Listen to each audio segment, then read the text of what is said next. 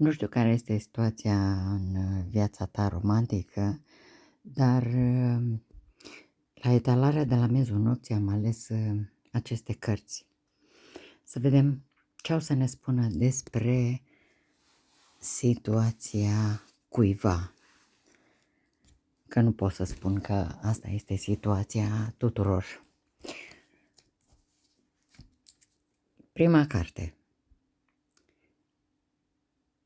În primul rând, există acest gând, această credință că toată lumea înșală. Cumva ai această credință?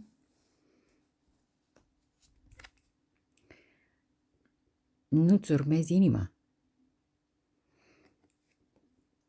Și cam astea sunt blocajele, probabil, ale tale în iubire. Și ai răni nevindecate de abandon. Probabil cineva care te-a părăsit în trecut. Și acum ce spune oracolul iubirii? Schimbare. Dacă tot ți s-a spus ce te blochează în iubire, alegi schimbarea, regenerare, creștere, metamorfoză, cicluri, pentru că nu mai vrei ce ai avut în viața asta până acum.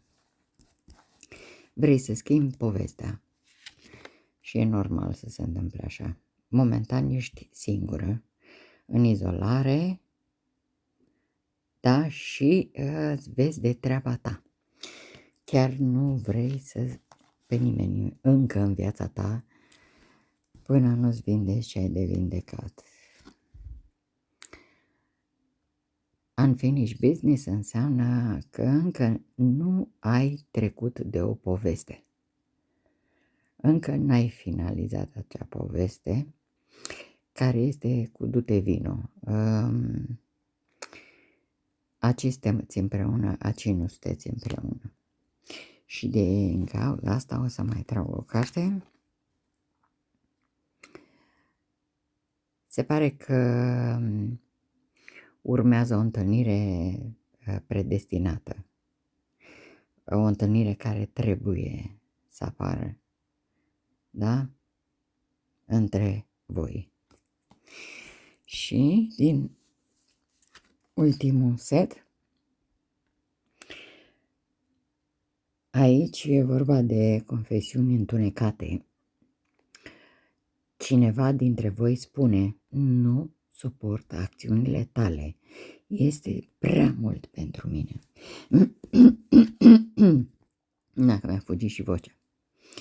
Te-am îndepărtat pentru că nu am vrut responsabilitatea. Aha. Așa, mai departe. Este prea târziu. Eu am mers mai departe și am întâlnit probabil pe altcineva și nu vreau să mă reconectez. Ups! Apropo de întâlnirea predestinată. Hai! Nu mă simt vinovat sau vinovată pentru cum te-am tratat. Ego-ul meu este prea mare ca să-mi pese. Ups, ups, ups, ups. Și nu vreau să fiu contactat sau contactat acum. Vreau să fiu lăsat în pace. Lăsat în pace. Cred că ai primit răspunsul, da? Acum, cred că știi ce ai de făcut. Scrie-mi dacă este și povestea ta. Te îmbrățișez, pe curând.